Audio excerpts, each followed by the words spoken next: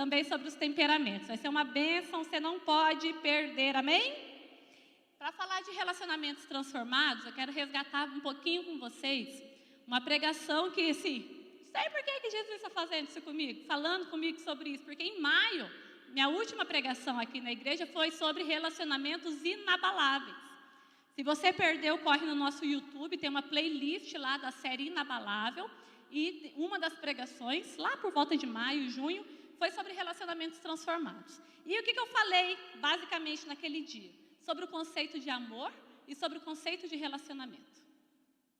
Então, às vezes, a gente tem um conceito sobre amor, sobre o que é amar, como Jesus amou, amar a Deus sobre todas as coisas, amar o próximo como a mim mesmo. A gente tem um conceito meio distorcido.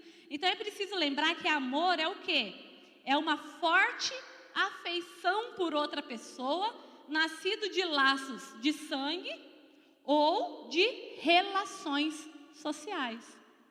Então, o amor de mãe para filho, por exemplo, é um relacionamento que é um amor nascido de relação sanguínea. Mas o amor com as pessoas que estão ao nosso redor, com os nossos irmãos, com os nossos amigos, é uma relação, é um amor para o relacionamento. Então, não tem jeito de amar sem se relacionar. Não tem jeito de você dizer que ama alguém sem querer manter algum tipo de relacionamento com ela. E do ponto de vista teológico, o que é o amor? É um atributo divino, segundo o qual Deus deseja se relacionar com a sua criação. Então, o que é o amor de Deus? Que a gente tanto canta, e que a gente tanto quer, e que a gente tanto quer expressar e quer sentir. O amor de Deus é Ele querer se relacionar e se comunicar com a sua criação, comigo e com você. Então, guarde esses conceitos aí, porque a gente vai conversar sobre esse tipo de amor e de relacionamento. E aí é legal, né? Porque no plano de leitura dessa semana, começou, se eu não me engano, segunda ou terça-feira, estava lá, livro de Obadias. Conhece o livro de Obadias? Nunca nem viu. Passou reto lá nos profetas menores. Aí eu abro o livro, abro a Bíblia, Obadias. Aí começo a ler, assim, tinha uma frase, cuidando dos nossos irmãos. Aí o Espírito Santo, você vai pregar sobre Obadias. Eu falei, puxa vida, Espírito Santo. Obadias? Como que prega sobre Obadias? Vocês já viram alguém aqui pregando sobre Obadias? Você já buscou no YouTube alguma pregação cujo tema era Obadias? É só comigo que essas presepadas acontecem, mas vamos lá, tudo bem. Obadias é o menor livro do Antigo Testamento, tem apenas 1 capítulo e 21 versículos. Mas é uma palavra certeira a respeito de relacionamento familiar, a respeito de relacionamento igreja e a respeito de relacionamento nas nações. E é sobre isso que a gente vai conversar hoje. Eu quero que você já abra a sua Bíblia e nós vamos ler a história, a saga de uma família e uma trajetória amarga de um povo que nunca aprendeu a amar e nunca aprendeu a se relacionar. Livro de Obadias, vai lá no finalzinho do Velho Testamento. Eu ia falar, tem Amós antes, não ia ajudar muito, né? Vamos lá, então vamos ler a palavra. Eu estou com a versão Nova Almeida atualizada, então é o que a gente vai projetar aqui, talvez seja um pouquinho diferente da sua. Mas vamos ler para depois estudar e depois aplicar na nossa vida essa palavra, amém? Estão prontos? Cinto apertado? Então vai. Assim diz o Senhor Deus a respeito de Edom. Assim diz o Senhor Deus a respeito de Edom. Ouvimos uma notícia vinda do Senhor, e um mensageiro foi enviado às nações para dizer: preparem-se para a guerra contra Edom. Eis que fiz de você uma nação pequena entre as outras, muito desprezada. O orgulho do seu coração o enganou. Você vive nas fendas das rochas, num lugar elevado, e diz em seu íntimo: quem poderá me jogar lá para baixo? Ainda que você suba como a águia e faça o seu ninho entre as estrelas, de lá eu te derrubarei, diz o Senhor. Se os ladrões o atacassem ou assaltantes viessem de noite, não levariam só o que lhes bastasse? Se fossem até você os que colhem uvas, não deixariam pelo menos alguns cachos? Como foram saqueados os bens de Esaú? Como foram vasculhados os seus tesouros escondidos?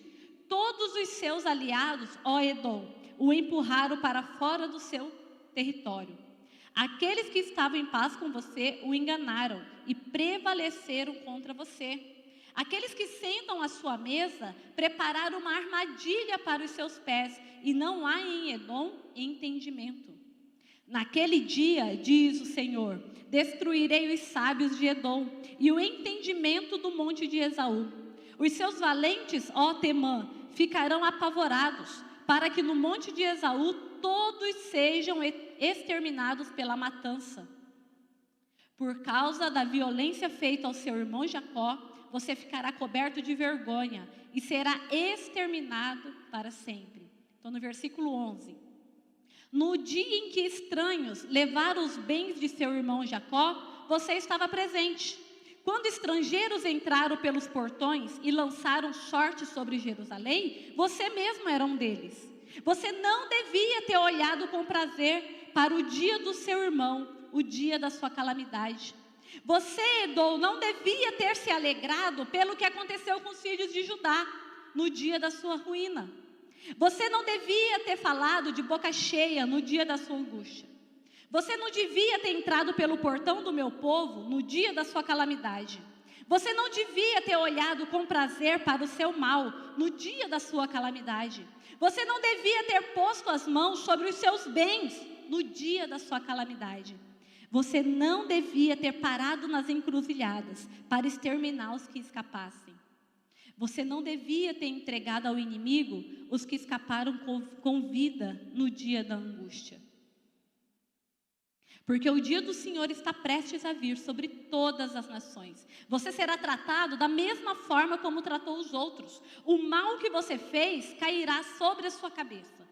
Porque assim como vocês beberam no meu santo monte, assim todas as nações beberão sem parar. Irão beber, engolir e serão como se nunca tivessem existido. Mas no monte de Sião haverá livramento.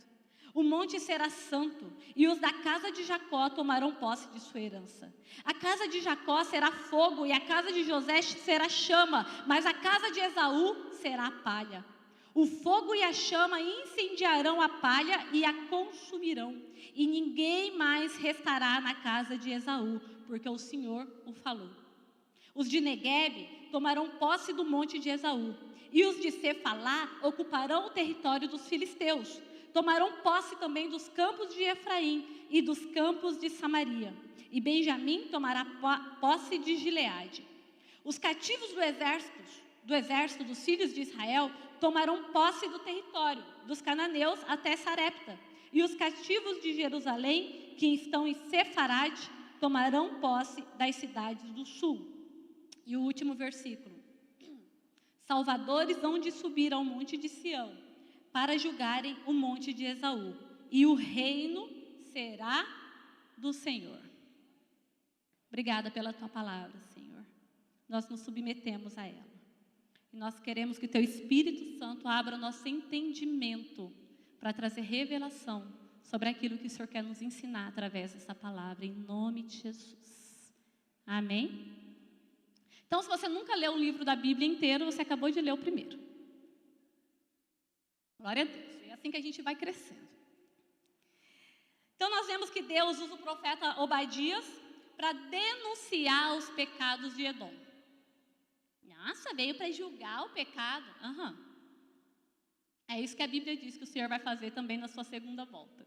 Julgar os pecados de Edom. E quem que era Edom? Edom eram os descendentes de Esaú. E quem que era Esaú? O irmão de Jacó. Filhos de quem? De Isaac. Então Deus está falando sobre um juízo que virá sobre um povo da sua linhagem, da descendência de Israel. Tá certo isso, produção? É isso que esse texto diz. Não é isso, pastor João? Me ajuda, pastor João. Tudo leva a crer que o livro foi escrito logo depois da invasão babilônica, quando Nabucodonosor saqueou e destruiu toda a cidade de Jerusalém. Então, tem alguns atritos na teologia sobre a data certa, mas tudo leva a crer que foi entre 560 a.C. e 800 e pouquinho a.C. Mas, de fato, na época da invasão babilônica. Quem fez o EBA, fez as aulas com a pastora Nathalie, sabe, e com o pastor João e com a presbítera Cláudia, sabe então que uma das dispensações era o povo de Deus sendo exilado na Babilônia, certo? Como escravo. Então, é desse tempo que a gente está falando, tá? É desse contexto que esse profeta é levantado para trazer julgamento sobre aquele povo. Então, Nabucodonosor saqueou e destruiu a cidade de Jerusalém, matou muitos dos seus habitantes e deportou outros. Então, muitos foram como escravos, muitos foram mortos, muitos foram abusados. Toda coisa de ruim que você pode imaginar aconteceu naquele tempo. Só que nesse doloroso contexto, tem os edomitas, que eram os filhos e a descendência de Esaú, que é também o povo de Deus. E se fosse você ia ajudar seu irmão? Você está vendo seu irmão Judá sendo saqueado, tudo acontecendo, com aquelas mulheres, com aquelas crianças, tudo sendo destruído. E os vizinhos edomitas fizeram o quê? Foram ajudar a destruir. Ao invés de se compadecer do povo irmão, os edomitas ajudaram a saquear tudo. Os edomitas se tornaram uma nação muito forte, eles estavam muito bem posicionados. Vocês sabem que a posição geográfica naquela época era muito importante, por causa da guerra, por causa do comércio. Então era uma cidade forte, era um povo forte. E talvez essa força tenha levado esse povo a tamanha crueldade, tamanha soberba. Os edomitas na Bíblia são sempre relacionados com orgulho, soberba, altivez de espírito. Então a soberba econômica e política privilegiada talvez fez dos edomitas um povo muito altivo e soberbo. Mas além de soberbos, eles eram cruéis. Porque não bastava ser orgulhoso. Tinha que ir lá, no meio do povo de Deus, e ajudar a matar, e ajudar a prender, e levar cativo, e entregar na mão do inimigo. Pensa você fazendo isso com algum irmão de sangue, algum irmão na fé, seus familiares, colocar na boca do leão, literalmente. Então essa atitude abriu ferida no coração dos seus irmãos e atingiu o coração de Deus, porque Jerusalém é o povo de Deus.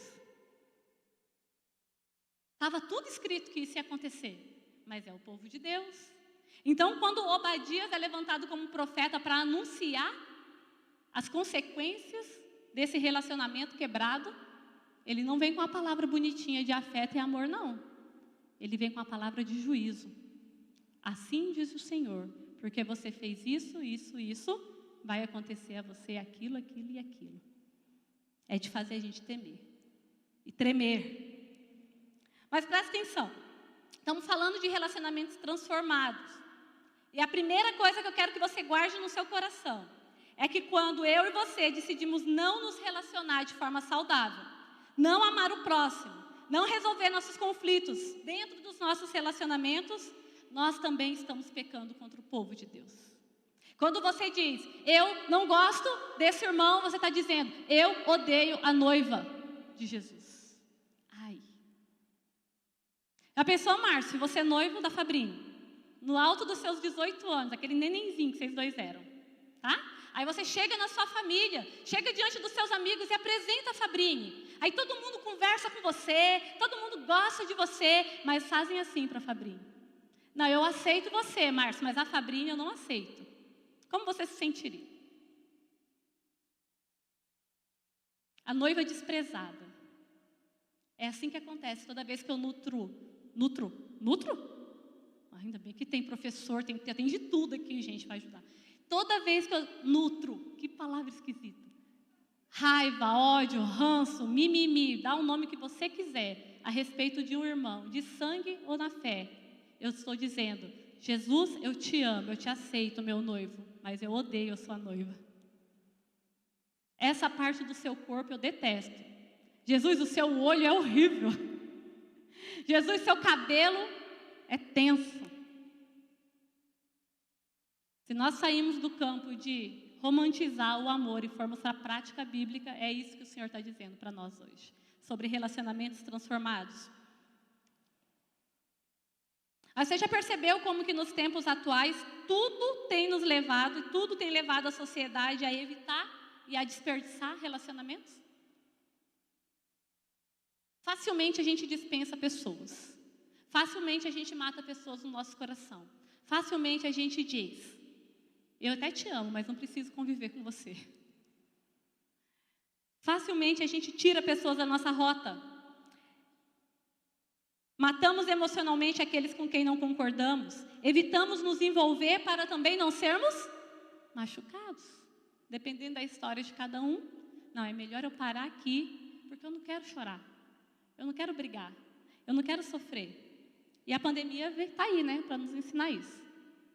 Que tudo contribuiu para cada um ficar no seu canto. Mais tempo online, mais tempo de vida virtual e menos tempo de vida real. Porque vida real, queridos, a pastora Nathalie pregou sobre o ferro que afia o ferro, não foi? Vida real é isso. É ferro afiando ferro. E é assim, isso que diz lá em Provérbios, que tem que ser o relacionamento de um irmão com o outro. É afiar para destruir? Não, é afiar para fazer funcionar a ferramenta. Quem quer uma faca cega? Que mulher aqui já tentou cortar um frango com a faca cega? É de passar raiva, não é, irmão? Funciona a ferramenta? Você, como ferramenta nas mãos do Senhor, só vai funcionar se for afiada. E esse afiar, seja com uma lima, uma chaira, seja com uma faca na outra, como eu faço, porque eu não sei fazer, eu fico passando uma faca na outra. Qual que é o objetivo? Desgastar. Não é isso que acontece? Desgasta a faca, a lâmina vai desgastando até ela ficar afiada. Então quando você fala, eu não quero me desgastar com essa pessoa, você está deixando de ser afiada. Aí eu não quero mais me desgastar com meu marido. Volta lá, minha filha, vai conversar. Porque esse afiar vai deixar você afiado em uma ferramenta que funcione. E não uma ferramenta guardada na gaveta que não serve para nada. Porque faca que não serve para nada, né, marido? A gente usa lá na jardinagem. Mas só as que não prestam. As boas a gente não usa na jardinagem, né, marido? As boas a gente deixa para cortar a carne. Mas as facas que não prestam, pode usar para tirar as pragas da grama. Fica a dica. As pragas que não prestam, a faca que não presta, a gente deixa lá na jardinagem para fazer qualquer coisa, mas a faca boa, ela é usada para um bom fim, para cortar, fazer alimento, bababá. Então, como você diz não a relacionamentos, não a desgaste, não a conflitos, não a resolver os problemas, você está deixando de ser afiado e está deixando de afiar o outro irmão também, para que ele cresça, para que ele seja uma ferramenta útil nas mãos do Senhor. Então, esse individualismo, esse me preocupar só comigo, só com o que eu penso, em não me desgastar, esse relativismo, tudo isso só existe para que a gente viva de acordo com a nossa vontade, com as nossas próprias regras, e não de acordo com a vontade do Senhor. Aliás, eu quero dar um recado a respeito de culto online. Igreja online, irmãos, não existe. Nossa, pastora. Como assim? Você ficou 9 meses falando do Realize, para a gente investir na filmadora, para a gente fazer isso, fazer aquilo, mas não foi para você ficar na sua casa. Ao invés de estar aqui assistindo, cultuando, adorando, sendo afiado. A igreja online é campo missionário. A igreja online é para que a palavra chegue para aquele que não pode realmente estar aqui. A igreja online é para que a palavra chegue aos seus amigos que não conhecem a Jesus, através de um link encaminhado, seja lá o que for. Nunca vai substituir a sua presença aqui. Afinal, quando Jesus voltar, Ele vem buscar a igreja. E sabe quem é a igreja? Não é você sozinho. A igreja, você é o templo do Espírito Santo, amém? Templo, templo é isso daqui, ó. Estrutura de tijolo. pode tacar fogo em tudo isso daqui, que nós nunca vamos deixar de ser igreja se estivermos 2 ou mais reunidos embaixo de um pé de manga. Igreja significa eclésia. Sabe o que é eclésia? O que é, pastor João? Reunião, ajuntamento, aglomeração daqueles que creem. Isso é igreja, irmão. Posso ouvir um glória a Deus? Não existe igreja online. Existe aqui, ó, tete a tete. A gente resolvendo nossas tretas um por um olhando na cara do outro. Existe a gente aqui servindo um ao outro. Existe discipulado olho no olho. Põe na sua cabeça, igreja online é campo missionário. Se você pode estar aqui e não está, você está deixando de ser igreja. Você está deixando de ser família. Aliás, eu posso até namorar à distância, porque namoro é um trem que nem existe na Bíblia. Agora, você pode casar à distância? Você pode fazer lua de mel à distância? Ah, ninguém quer fazer lua de mel à distância. Sabe o que existia à distância na Bíblia? Ensino.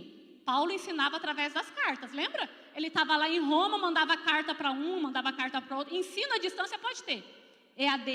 Ensino EAD pode ter. Mas igreja à distância, só se você decidir deixar de ser eclésia. Decidir deixar de ser família. Então, parei que era só isso. Mas vamos falar ainda sobre relacionamentos no tempo atual. O IBGE de 2019, que foi o último, apontou que é o 4º ano seguido que diminui o número de casamentos no Brasil. E, inclusive, no de 2019, diz que já diminuiu o número de casamento homoafetivo também. Então, havia uma luta para liberar casamento homoafetivo, mas agora já está diminuindo também. Sabe por quê? As pessoas não querem se relacionar. Enquanto diminui o número de casamentos, aumenta o que é o número de divórcio. Porque eu tenho que pagar preço para se relacionar. Tem que desgastar mesmo. Tem que afiar. Então a nossa tendência é o contrário disso, é querer não se desgastar. Não tem como crescer, como amadurecer, como fazer a vontade de Deus, como servir no reino do Senhor, sem ser desgastado através de relacionamentos. Não tem. Não importa o seu temperamento. De alguma forma você vai se relacionar. Você vai se relacionar muito como um sanguíneo, ou você vai se relacionar pouco, talvez como um melancólico, mas você vai se relacionar. Você vai servir, você vai amar. Você vai uma mão lavar a outra. Você vai ouvir, você vai falar, você vai aconselhar. É na igreja que a manifestação dos dons acontece. Tem bênção que só é derramada sobre a igreja. Está na palavra. Tem bênção que só é derramada na coletividade. Nada vai substituir o seu secreto com o Senhor.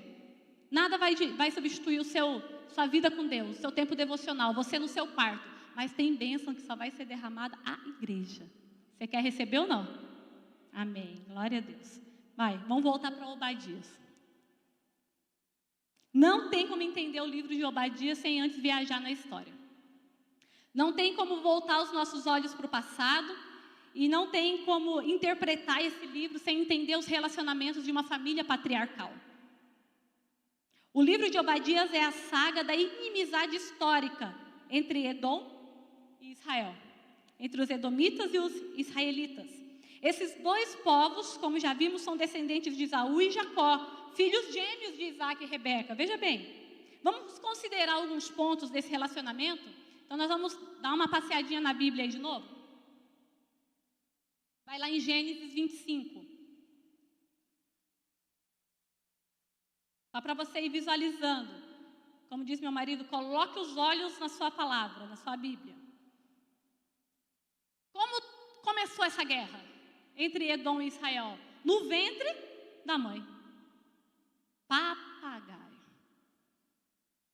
Gênesis 25, no versículo 22, nos mostra como iniciou esse conflito. O útero de Rebeca foi o primeiro campo de combate desses 2 povos. Eles não apenas lutavam no ventre da mãe, mas teve mais. Então imagina, a Rebeca grávida, aqueles bebês pulando na barriga dela o tempo todo. E estava acontecendo uma briga lá dentro. E no parto, imagina, o parto de 2 já é uma coisa assim bem emocionante, né? Aí nasce aquela cena.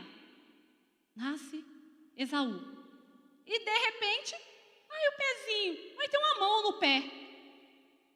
Tem Jacó segurando a mão no pé de Esaú. Olha a cena. Pensa a dola dessa Rebeca, como é que estava desesperada já, de certo. Essa semente minúscula, esse conflito intrauterino, até inconsciente, a gente nunca ia imaginar que deu no que deu. Que ia dar no que ia dar. Era uma semente minúscula que virou uma floresta densa e que se transformou num ódio deliberado. Vamos ver os próximos capítulos. Em segundo lugar, teve um erro dos pais. Claro, né? Pai e mãe. Gênesis 25, 28. Gente, Rebeca e Isaac se casaram por amor. É a palavra, né? É o texto que os jovens mais gostam de ler quando estão apaixonados ou quando estão orando pelo varão, pela varoa. Eles eram apaixonados, eram um homem e mulher de Deus. Tinha uma promessa ali para eles. E eles tinham tudo para viver um casamento feliz. Isaac era o filho único de um pai rico, rico, rico, rico, rico, rico. Muito rico. Abraão era herdeiro de uma grande promessa. Olha como que era a descendência desse povo. Depois do casamento, Isaac ainda orou 20 anos para ter filho. Porque essa mulher não podia engravidar. Gente, sabe o que é 20 anos? Às vezes você está na peleja aí há 1 ano por uma situação e já está dizendo que Deus não é bom e não te ama. Mas pensa, 20 anos. Orando para engravidar. Orando para ter um filho. Aí Deus ouviu sua oração. E às vezes demorou tanto. Talvez eles não estavam tão preparados assim. Porque quando nascem essas crianças, começa a dar um BO na família. Eles cometeram alguns erros bem graves, que determinou o relacionamento desses irmãos. E sabe qual que era o erro mais grave? A preferência. A predileção. Um amava mais um filho e outro amava mais outro filho. Ah, mas isso é sentimento, isso é coisa não sei o quê. Não está escrito desse jeitinho aí na Bíblia. Vai lá olhar, 25, 28. Porque Isaac amava quem? Esaú. E Rebeca amava? Como que seria um filho? 2 filhos dentro de uma casa, onde deliberadamente uma mãe gosta de um, e prefere um, e faz tudo para um, e mima um, e o outro filho, graças a Deus que tinha pelo menos o amor do pai, né? Mas e a revolta? E o ódio? Agora vamos pensar na história de Isaac? Como era Isaac e Ismael? Irmãos que se odiavam, e até hoje o povo de Israel luta contra os árabes. A falta de resolução dos relacionamentos na sua casa, na sua igreja, vai atingir nações. Não tem a ver só com você, não tem a ver só com a sua família, não tem a ver só com o seu filho, não é um problema só seu, tem a ver com o reino de Deus. Tem a ver com gerações. Então essa falta de sabedoria dos pais plantou o coração dos filhos a semente da maldita inimizade, ódio, competição. E esse ódio trouxe profundas feridas na vida dos pais, separou os irmãos e atravessou as gerações, a ponto de Edom, os descendentes de Esaú, se unirem para destruir Israel.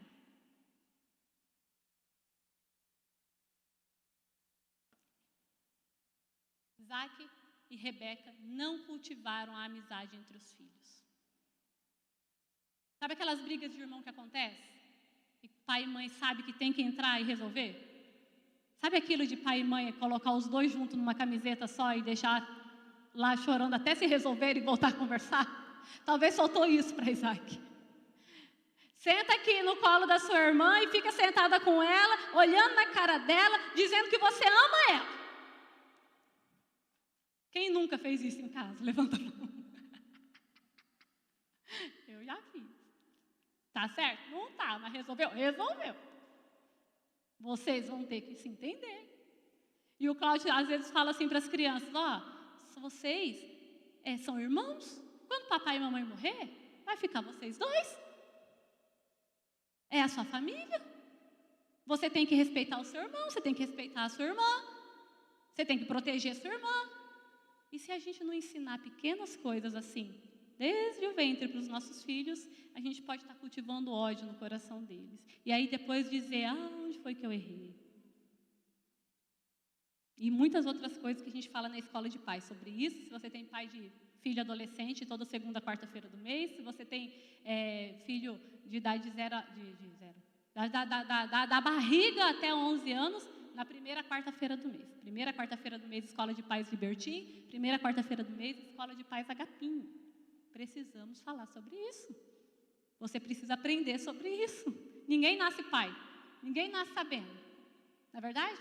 Então, existe uma comunidade para nos ajudar a criar os nossos filhos. Glória a Deus por isso.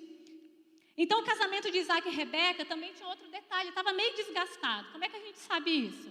Lá por Gênesis 26, 6, 11, Isaac comete um outro pecado repetitivo na sua família, que é mentir, né? Coisa que acontecia. Então, Isaac mentiu acerca de Rebeca, para não morrer. Falou que ela era irmã. Parece que eles não conversavam muito bem, porque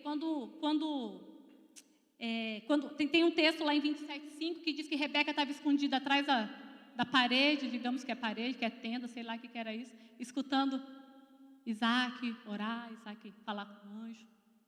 Então parece que estava uma comunicação meio difícil, e essa falta de diálogo entre esses pais pode ter também levantado uma grande muralha ali no coração desses filhos.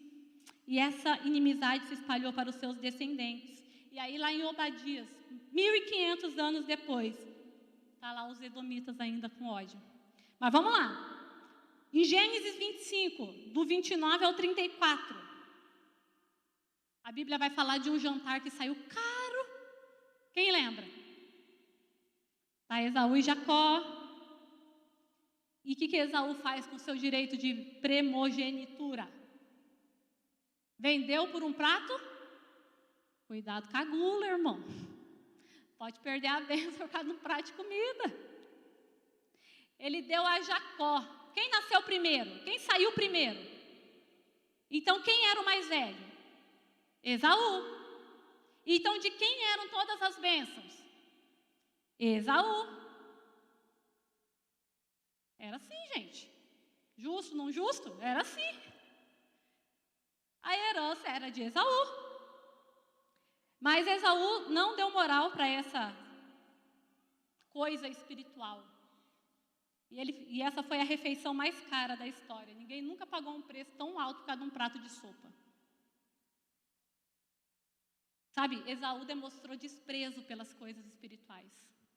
Esaú não se importou com a herança, não apenas com a herança material, mas com as coisas espirituais.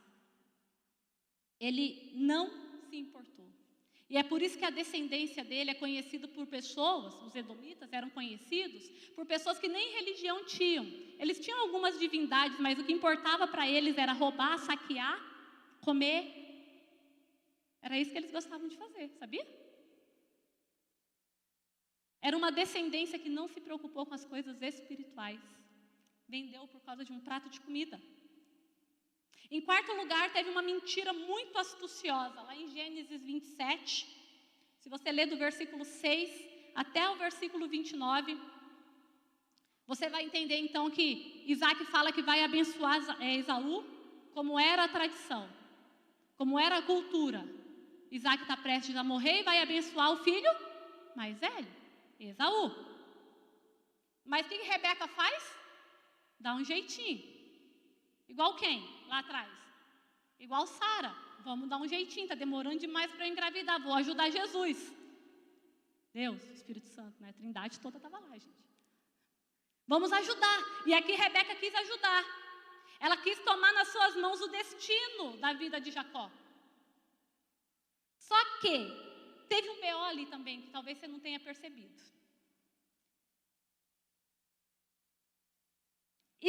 Isaac, também errou. Porque lá atrás, quando Rebeca engravidou, e eu vou passar o texto para vocês daqui a pouco, que eu perdi aqui. o anjo disse que o maior seria escravo do menor. Deus mudou o negócio lá na gestação. Isaac ouviu, Rebeca ouviu. Deus falou que quem seria a descendência era Esaú? O primeiro? Não, Deus falou que a descendência de Israel seria Jacó. Que treta. Gente, quando eu li isso, eu fiquei chocada.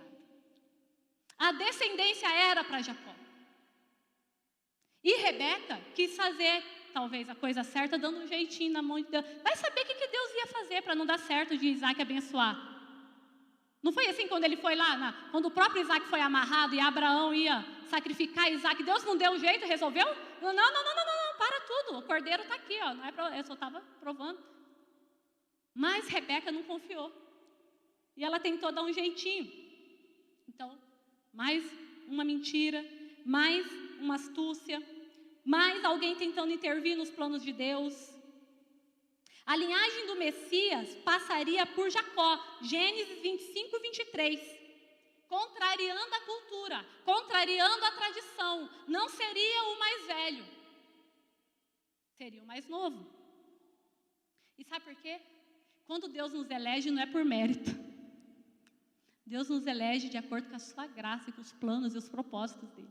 Não tinha mérito no ventre. Aquelas crianças ainda estavam no ventre e Deus já estava profetizando, e Deus já estava falando. O maior servirá ao menor.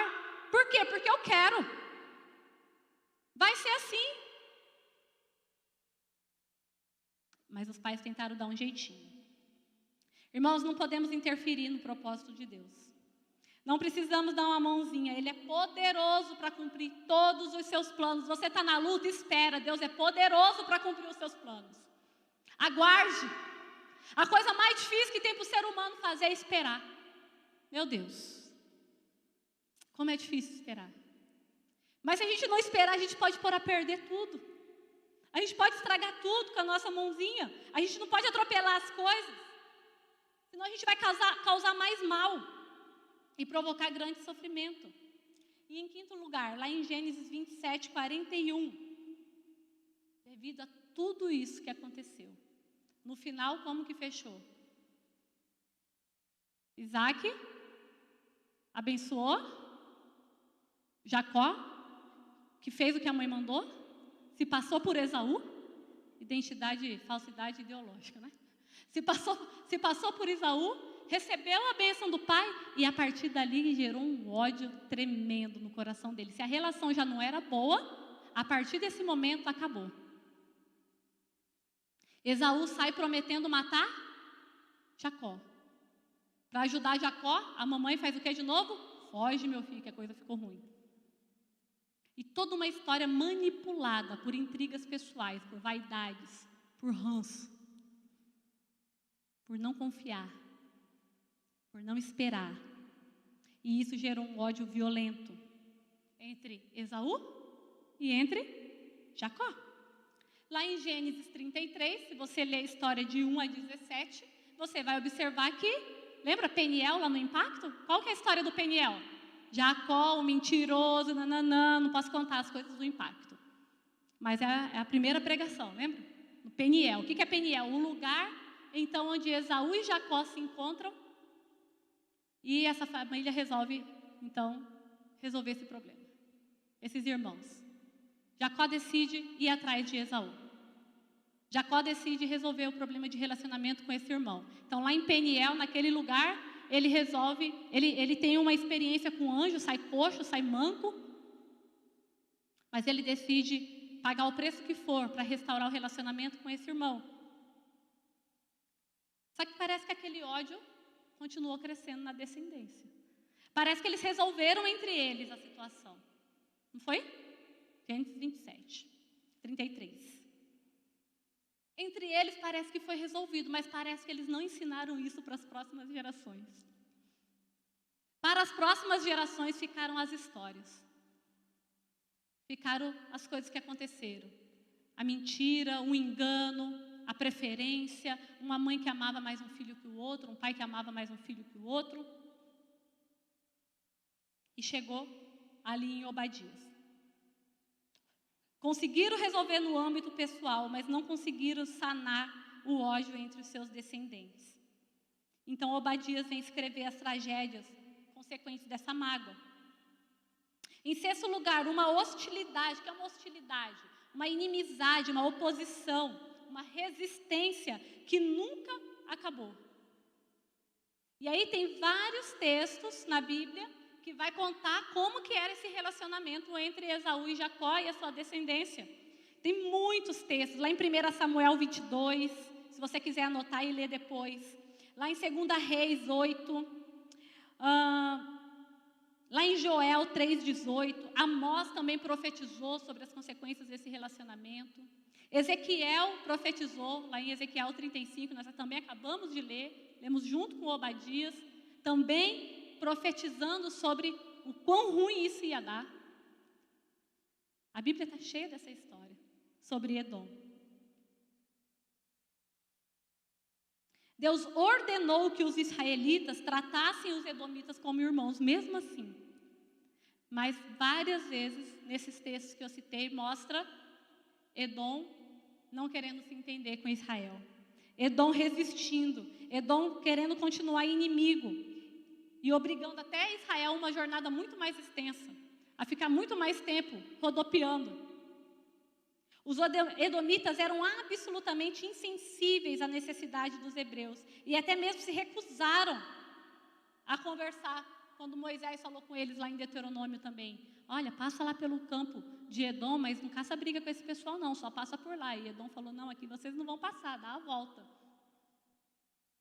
E em sétimo e último lugar, uma inimizade que se estendeu à última geração dos edomitas. Como que tudo isso acabou? No Novo Testamento. Mateus, capítulo 2, você lê do 1 até o 23, contando ali o início do ministério de Jesus. Essa treta chegou em Jesus. Sabe quem eram os descendentes dos edomitas lá no Novo Testamento? Muitos anos depois de tudo isso, entre a quebra de relacionamento entre Esaú e Jacó, os últimos descendentes dos edomitas foram membros da família herodiana. Lembra dos Herodes do Novo Testamento? Eram descendentes de Edom. Gente boa, os Herodes?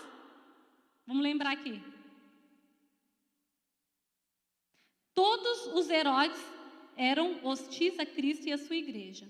Herodes o Grande foi o que mandou matar as crianças em Belém. Lembra? Que era para Jesus ter morrido ali mesmo. Porque ele já queria acabar com o negócio ali. Herodes Antipas foi o que mandou matar João Batista. Aqui. Bandeja. Herodes. Esse que Jesus chamou de raposa. Herodes Agripa I foi o que mandou mandar Tiago e prender Pedro. Esse foi o que foi devorado por vermes. Gente boa. Herodes Agripa II foi o homem que esteve diante de Paulo em Cesareia e não aceitou se render a Cristo. A descendência de Esaú terminou de forma trágica aqui na terra. Comido de verme, não dando glória a Deus, inimigo do povo de Deus, inimigo de Jesus, da expansão da sua igreja. Foi assim que acabou essa história. Tudo por causa de um relacionamento familiar. Tudo por causa de um pequeno problema familiar, que se transformou numa batalha entre nações. E esse texto revela que adiar a solução dos problemas relacionais vai terminar em ofensa, em amargura, em ódio, em inimizade. Sabe o que mais? O reino de Deus não avança. Nem na sua casa e nem aqui na família de Deus. Porque se você tiver brigado com alguém e você não resolver isso aqui na casa de Deus, você não vai querer servir com essa pessoa. Daqui a pouco você vai decidir mudar de igreja porque você está com um problema com essa pessoa e você está sempre começando. Porque lá você vai achar outra pessoa e vai dar problema também. É igual o povo trocando de marido, gente. Troca de esposa, pelo amor de Deus. Você só está adiando o problema. Você vai ter crise de relacionamento com a sua nova esposa, você vai ter crise de relacionamento com o seu novo marido. O que você vai fazer, irmão? Você vai ficar pulando de igreja em igreja porque você se ofende com as pessoas, ou porque você ofende as pessoas e não resolve? Uma árvore grande, que é trocada de lugar, talvez a raiz não pegue mais, não? Talvez ela morre, talvez ela não suporte. Como estão os seus relacionamentos? Vamos aplicar? Lemos o texto, estudamos o texto. Agora você sabe o que é o livro de Obadias. Você entendeu o contexto. Você sabe do que Deus está falando ali nesse livro. Agora você quer aplicar na sua vida? Começa a perguntar a você, como estão os meus relacionamentos? Porque só ler e entender, isso é livro de história. Isso a gente faz na escola, né? Lê, decora. Não, aqui é para aplicar na vida. Como estão os seus relacionamentos? Começa com os mais íntimos. Seu marido, sua esposa, seus filhos, seus adolescentes, pai, mãe, irmão. Traz para a igreja, a família de Deus. Os amigos, os colegas de ministério, seus colegas de equipe, discipulador, discípulo. Você resolve as coisas, você joga embaixo do tapete. Finge que nada aconteceu e depois, quando acontecer de novo, é fatal. Não dá mais tempo de resolver.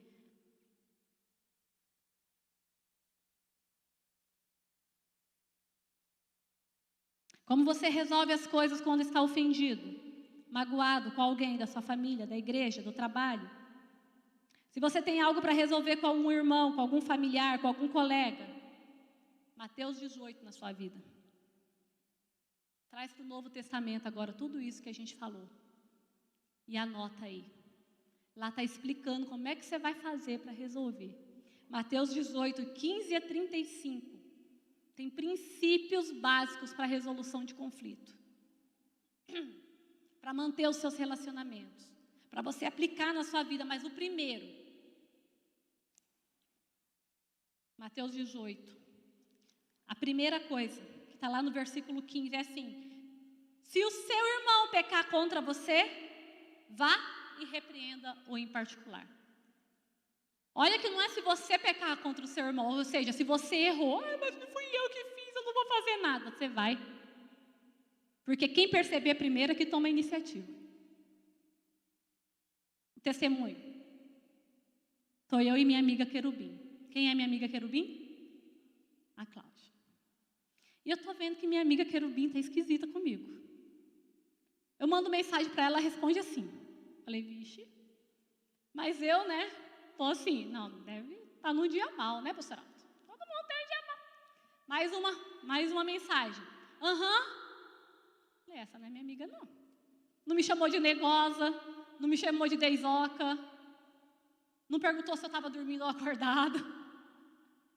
Tem coisa esquisita nessa história, mas deixei passar mais uns dias para ver, para ter certeza que eu não tenho nada a ver com essa história.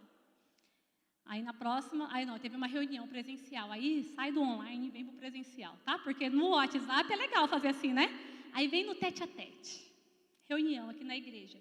Nem olhava no meu olho, fazia assim. Falei, vixe, eu fiz besteira, eu fiz alguma coisa.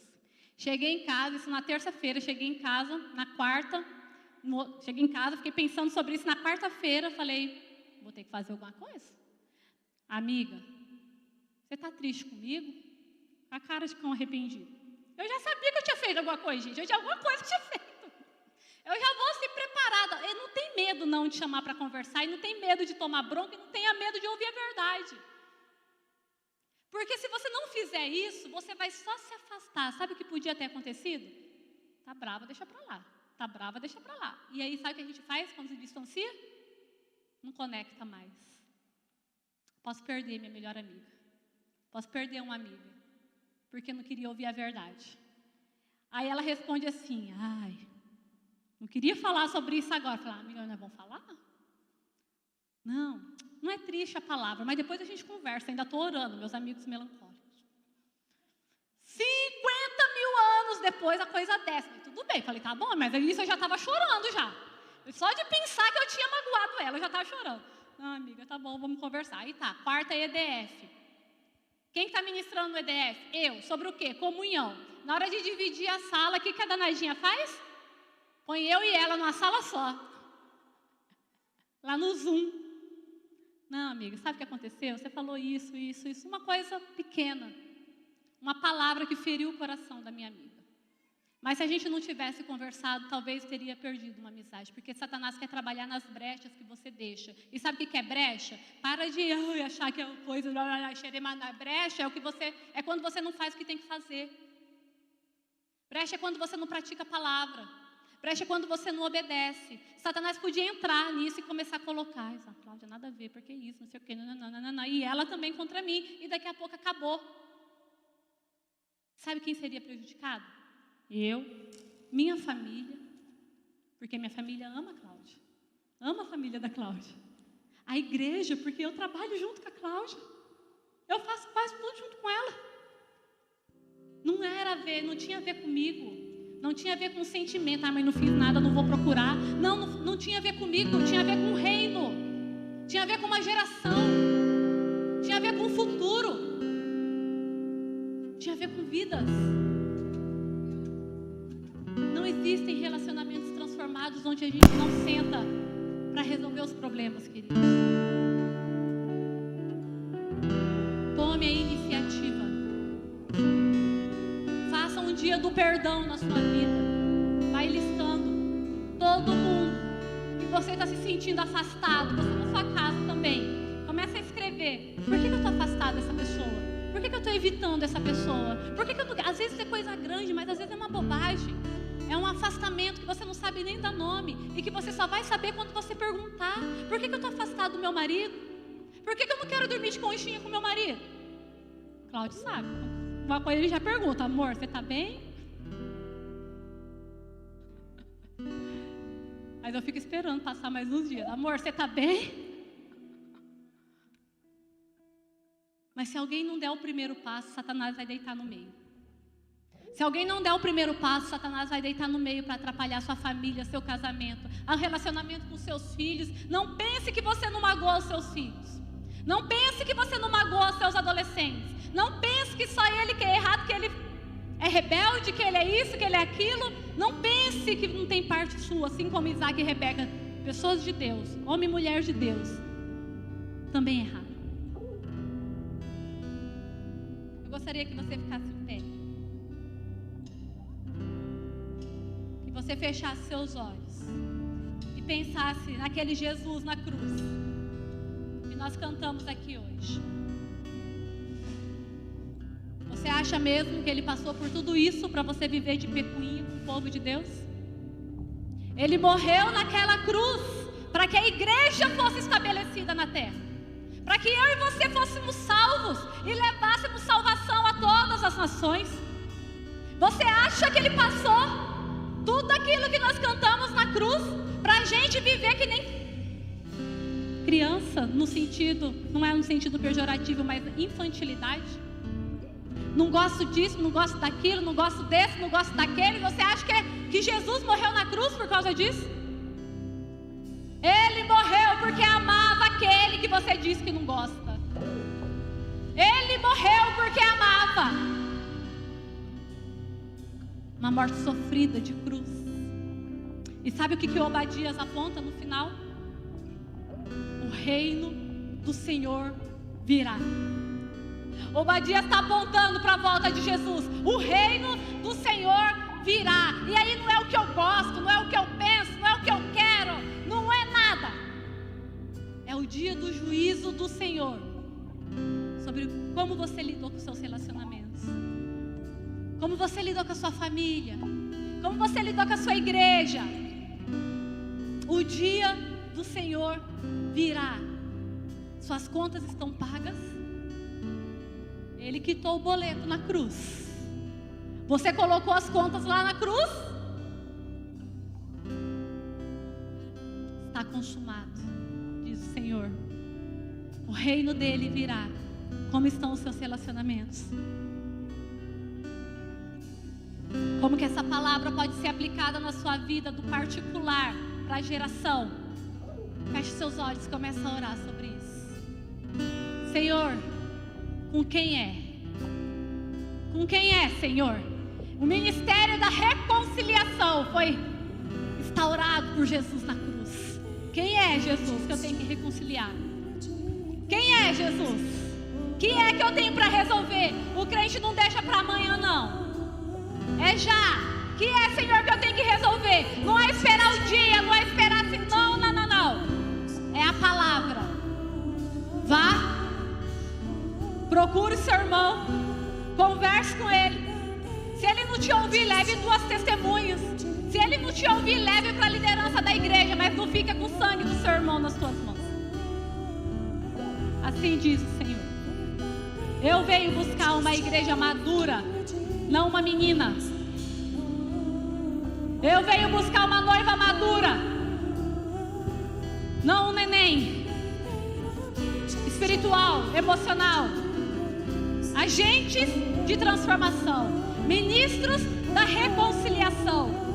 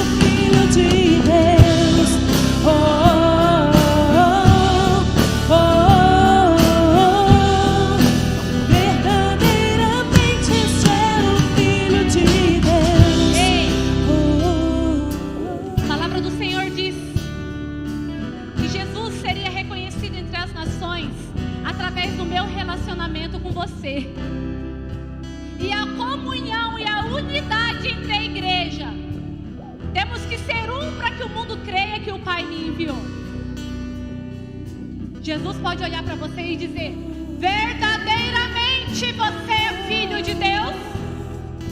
Verdadeiramente você é um discípulo de Jesus?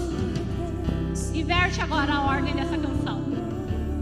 A comunhão, a unidade, a respeito, a relacionamentos saudáveis.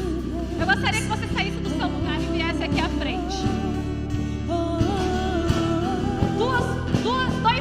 Duas situações. Você que quer dizer: Senhor, eu não entendia nada disso da sua palavra. Eu aceito o Senhor como Jesus e Salvador da minha vida. E eu decido viver diante da sua palavra. Eu decido viver submetido aos teus ensinos. Se você é essa pessoa que nunca fez essa oração, eu gostaria que você viesse aqui à frente. Nós queremos orar por você. Apenas para que nós oremos por você. Mas você que entendeu que tem relacionamentos quebrados e precisa hoje de oração para tomada de decisão e falar: dessa semana não passa, vem aqui à frente também, nós queremos orar por você. Senhor, em nome de Jesus, a tua igreja jamais será a mesma, Senhor. A tua igreja jamais será a mesma mediante o confronto da tua palavra. A tua palavra diz isso, Senhor. Vá e resolve. Ela diz isso e ponto. A tua igreja jamais será a mesma quando ela obedece a tua palavra, quando ela coloca em prática, quando ela não é apenas ouvinte, Senhor, mas praticante. E o Senhor diz: eu me agrado de você que se humilha, eu me agrado de você que vai atrás, eu me agrado de você que perdoa 70 vezes 7. Eu me agrado, porque os humildes